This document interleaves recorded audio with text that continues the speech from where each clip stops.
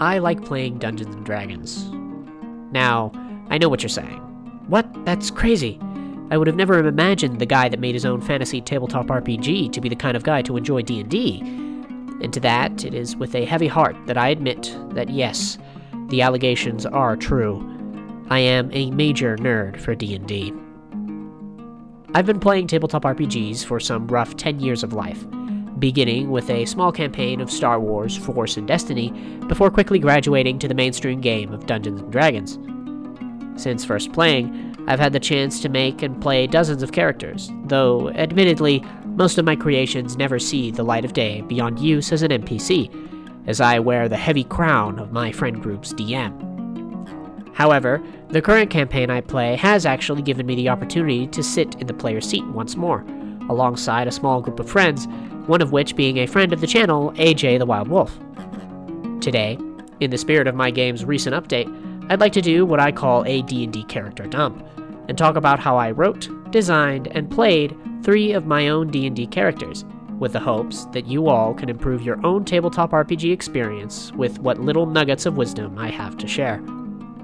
After watching this video, I'd suggest y'all visit AJ's channel too, to check out her video she'll be putting out on her current D&D character, one in the same party as the first character I'd like to explore, my current dual character of Agni.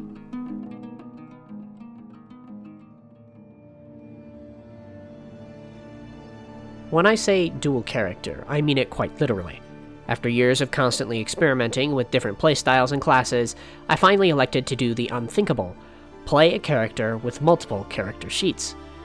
But how does this work, and how does it make sense? Well, to better understand that, I'd first like to dive into a little of Agni's character and design, which should clear up any confusion you all are having surrounding this concept. Agni's story takes place in an original world whose conceptual foundation I created several years ago, a project which I handed off to a friend after I started work on my current fantasy project of Ring.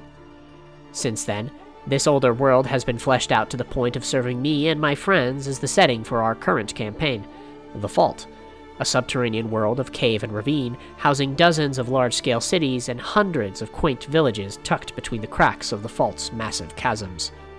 Within this world, Agni is a being of fire, thought largely to be extinct by the wider populations of this world, his people driven to the brink of extinction by the oppressive Church of the Flame that rules over this world devoid of sun. Those of Agni's peoples that were left were chained and imprisoned within great suits of armor, articulated cages that fed off their prisoners' heat to perform feats of great strength. Agni's imprisoned people became slaves of heavy labor, bound to the will of the Church, their true nature as an imprisoned people hidden from the wider masses. The character I play, Agni, served as an escort within the Fault's deepest prisons, overseeing the labor of the prison's inmates while himself being bound to the yoke of bondage. Over his years of development, Agni came to realize his cage as a friend, in and of itself.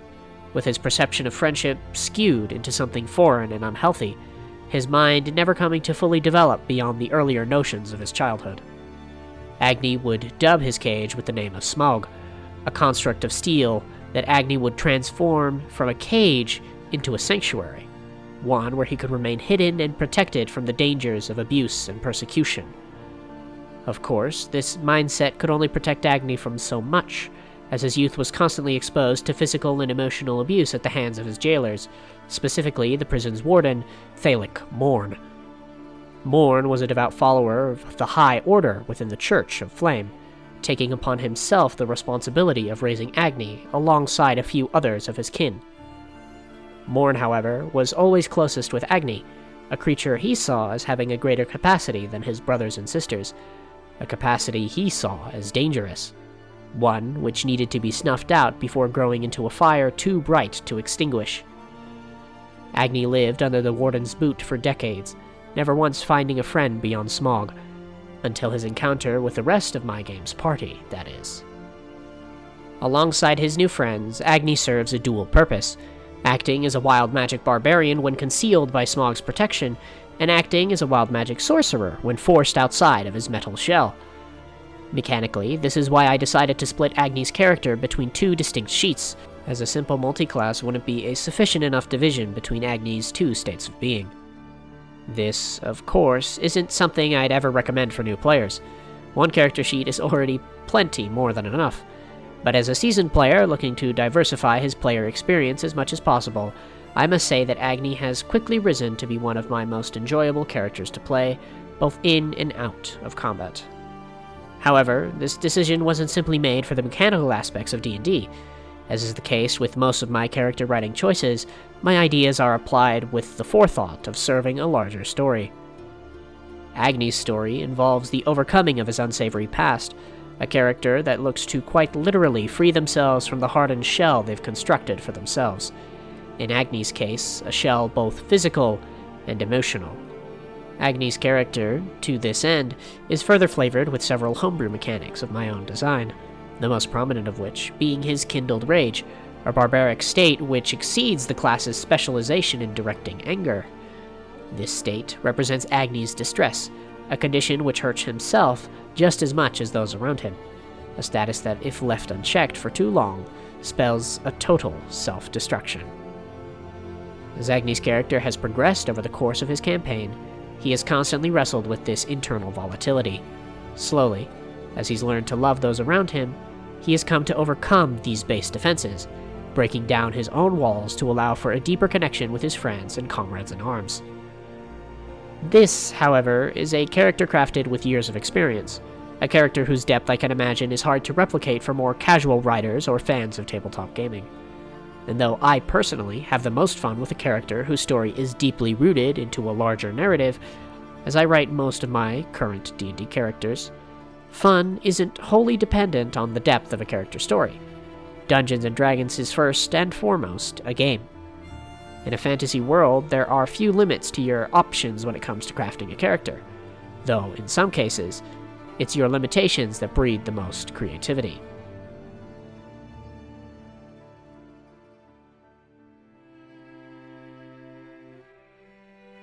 The first time I played D&D was around 8 years ago. I had only just begun exploring the hobby and was invited to join a campaign a classroom friend of mine was DMing. The campaign, however, already had a month of previous runtime, leaving me to arrive already within the meat of the game's ongoing story.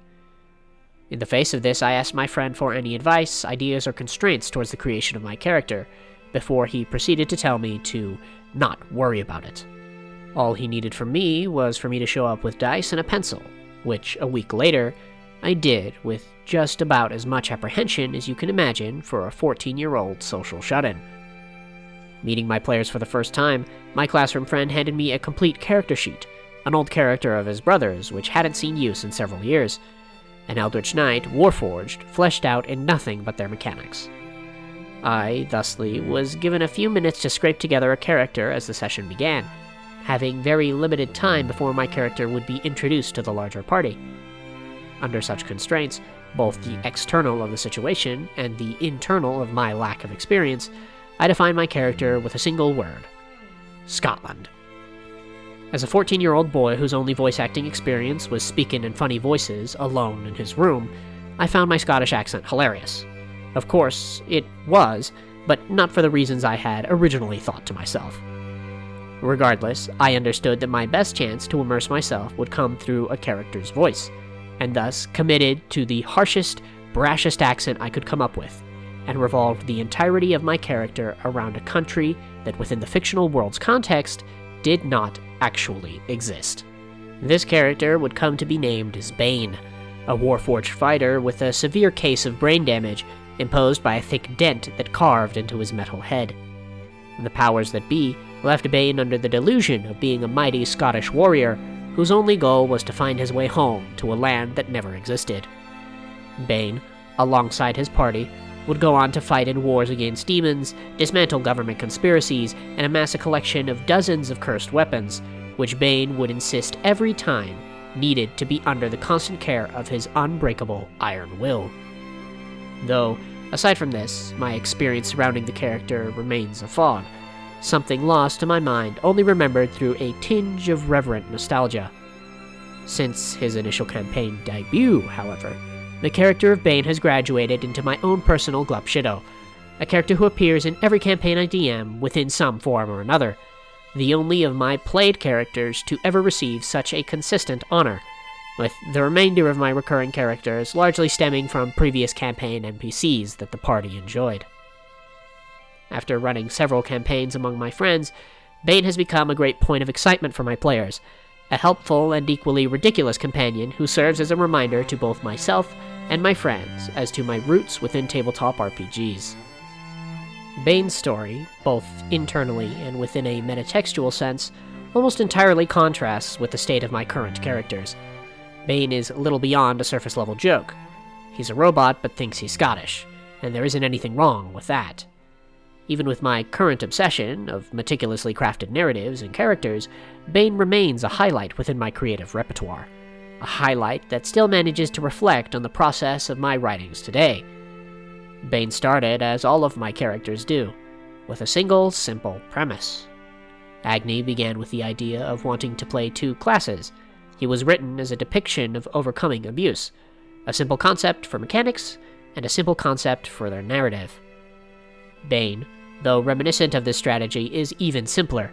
He was only written as a means for me to have fun. He was, and in some ways still is, just a means to an end. Though now, rather than solely my own enjoyment, he serves as a conduit of entertainment for the parties of the games I host. This is to say that creating a character doesn't have rules, only those you set out for yourself. When I began within the tabletop gaming space, my rules were effectively non-existent. But as I've grown more comfortable as a writer and a tabletop role player, so too have the standards for my characters grown alongside this level of comfort.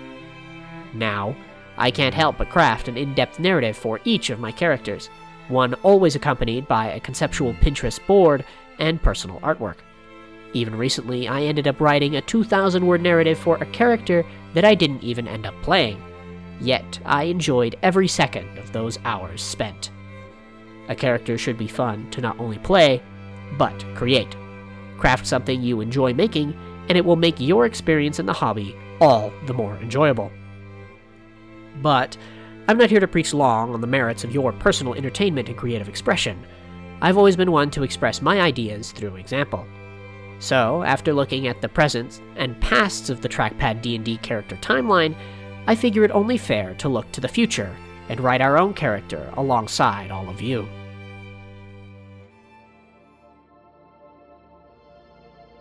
A while ago, several months, I made a video recounting my character writing process. A process to be used generally when crafting any sort of character that was set to be involved in any narrative capacity. And largely, this is a process I continue to use to this day. This 4-step program consists of establishing a character's setting, their purpose/role, their narrative goal, and finally exploring how these elements shape their personality. It is only after I have the foundations of a character written out that I look to begin explicitly designing their visuals, though oftentimes I begin my writing process with some semblance of a character's visuals in mind, often accompanied by a mood or inspiration board for reference. This character that I plan on making with you all is one designed to play within my Glass Arsenal rule set. Beginning in such a way, this is a character I'll be using in an upcoming game to take place in the AU of AJ the Wild Wolf's Heck of a Boss, an alternative universe rewrite based on the characters and events of Spindlehorse's Hell of a Boss. With this understanding, we can begin our writing process with the setting, one extensively outlined for us in many videos on AJ's channel. In short, this AU takes place alongside a rough medieval timeline of Earth, limiting technologies and cultural ideas roughly to this time frame and before. Though, rather than humans condemned to hell, AJ has asked the party to create their characters as Hellborn, creatures native to the world of Hell. Though there are many creatures to choose from, AJ having only recently uploaded a deep dive into the characters of the Circle of Greed, I, understanding my preferred type of D&D character, inspired by some previously collected reference material, elected to create a golem, a construct of artificial life sculpted from natural materials and imbued with an arcane stone to serve as its eye and center of intelligence. But of course, I needed to complicate things. Rather than any of the many established kinds of golems, I elected to create my own vision for this character. One with a greater intelligence that could be comparable to that of humanity, that my character could actually be made as something with a semblance of roleplay potential, instead of just some dumb animal. From this, I arrived at a golem sculpted of wax, one imbued with several eyes to grant it its heightened intelligence. But with such a unique shape and form, what forces could possibly have come to produce such a unique specimen? It is in this question that I can begin to look for answers and develop the beginnings of our character's story. This process, of course, begins with research, being aware that the world surrounding this character holds direct ties to both Christian and other religious theologies, with characters of both making appearances within the world's wider lore. To this extent, I began searching for a suitable creator for our character, a theological figure bound to hell, but one with a refined knack for artistry and craftsmanship. My research led me to the fallen angel, Mulciber, a character derived from John Milton's Paradise Lost. Within the epic, Mulciber is renowned in hell as the architect behind the capital of the damned, Pandemonium, previously having been the architect for the cities of heaven. This was the perfect character to ground our story in, one whose discovery led me to the foundations of our character's story. An artificial creature of wax and glass, Inudium is the latest in the long line of golems crafted by the fell angel Mulciber, a Goetian man of great influence and intellect, known for his great contributions to the design and cities of heaven.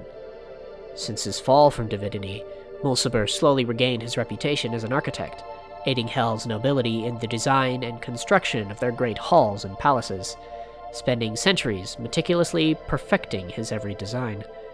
With every palace built, his reputation grew, eventually reaching the ears of the king of Hell, Lucifer himself. Lucifer called upon Mulciber to design him an impossible palace, a structure which defied the very laws of space and nature. This endless palace, one of infinite chambers and corridors, would serve as the Devil's throne, and upon its completion would propel Mulciber into the office of the royal family's personal architect, the greatest honor he could ever be bestowed. Gifted this mission, Mulciber spent the next 1,000 years pouring his every fiber into this great work, a construction beyond anything man nor devil could comprehend, all for his efforts to be crushed at the moment of their unveiling. It lacks a certain something, no? Mulciber was crushed, devastated, utterly destroyed. A millennia to realize his perfect design, and at the end of it all, the gaping hole of imperfection sat at the palace's heart. It was supposed to be perfect. He was supposed to be perfect. Mulciber's reputation would never truly recover. Word of the devil's dissatisfaction quickly spreading throughout the high courts of hell, marking the slow beginning of Mulciber's end. Thrust into obscurity, Mulciber fell into a deep depression, fixated on correcting the errors of his past through the creation of something greater, something above all of corruption of hell. Mulciber began work on his next perfect design, manifesting in an obsession with the creation of life. He was a scholar of divinity and the technologies of heaven, and through this intellect looked to replicate the artificial life of heaven's holy constructs, of an order ever greater than those of hell. Hundreds of iterations, thousands of designs, and everyone equal in its failure. Imperfection was worthless, and an imperfect foundation could only lead to further imperfection. Yet, Mulciber's efforts have slowly begun to bear fruit. His latest iteration, DXLVI 546, proving a surprising capacity for intellect, something foreign to Mulciber's previous designs. This being could think. It could learn, but all Mulciber saw was its flaws. It was too human, and with humanity comes imperfection. Thus, Mulciber kept his creation as little more than a servant, one who would tend to his palace and aid him as needed, granting it a permanent stain of his discontent in the name of Inudium, an ever-present reflection of its wrongness and inadequacy. To conceal the shame he felt upon his every glance of his failure, Mulciber crafted a beautiful mechanism to house his failure, a suit of platinum and steel whose angelic visage tempered the storms of his depression, forever encasing Inudium within a suit of armor, forged shut that its contents may never again fall upon its creator's eyes. And yet, Inudium's humanity has not yet faded. As what Mulciber views as imperfect, Inudium manifests in a loyalty to their creator. Mulciber's sadness is Inudium's sadness, and in this sadness, Inudium looks to soothe his father's plight, pushing them to do everything possible to reach their father's vision of perfection, that Inudium may one day fall under the prideful gaze of his own creator's eyes. Upon approval of my most gracious DM, we can now take Inudium's foundational concept and begin touching up their final narrative elements with their role, goal, and personality.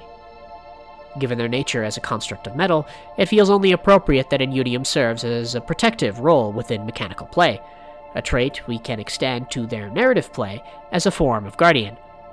Perhaps in addition to cleaning house, Inudium serve to protect Mulciber's estate as well, a responsibility which perhaps gives them a little more apprehension as to leaving their estate. When it comes to their goal, Inudium's motives are written right into the story, right at its end, expressing the fact that Inudium looks only to earn their creator's favor as something beyond a mere imperfection. These two elements can conjoin themselves into a foundation for our character's personality. Perhaps someone eager to please and needing approval. Perhaps they struggle to make decisions on their own, needing express instruction in order to act in their highest capacity. All good ideas, which, thanks to the medium of a tabletop RPG campaign, can be further explored as Inudium progresses on their journey and interacts with their party. All this aside, though our written backstory has helped us understand Inudium's narrative design, as well as the basics of their visuals, I'd like to take a brief moment to point out a few specific details surrounding their visual design. First created and later caged by an unholy architect, I wanted this visual language to be interwoven into Inudium's design, constructing and designing the suit from a collection of valuable metals, each cast with the express intent of being both functional and artistically beautiful. This beauty, in fact, is the central focus of Inudium's armor, designed to shield Mulciber's gaze from what he saw as imperfection, the only worthy defense being a display of artisanal mastery. Thus, I took large inspiration from both the torture devices of Iron Maidens, as well as religious depictions of saintesses, a blending of inspirations to demonstrate the conflict of an architect of hell attempting to design something wholly of heaven. In this vein, the proportions of Inudium's body are slightly askew.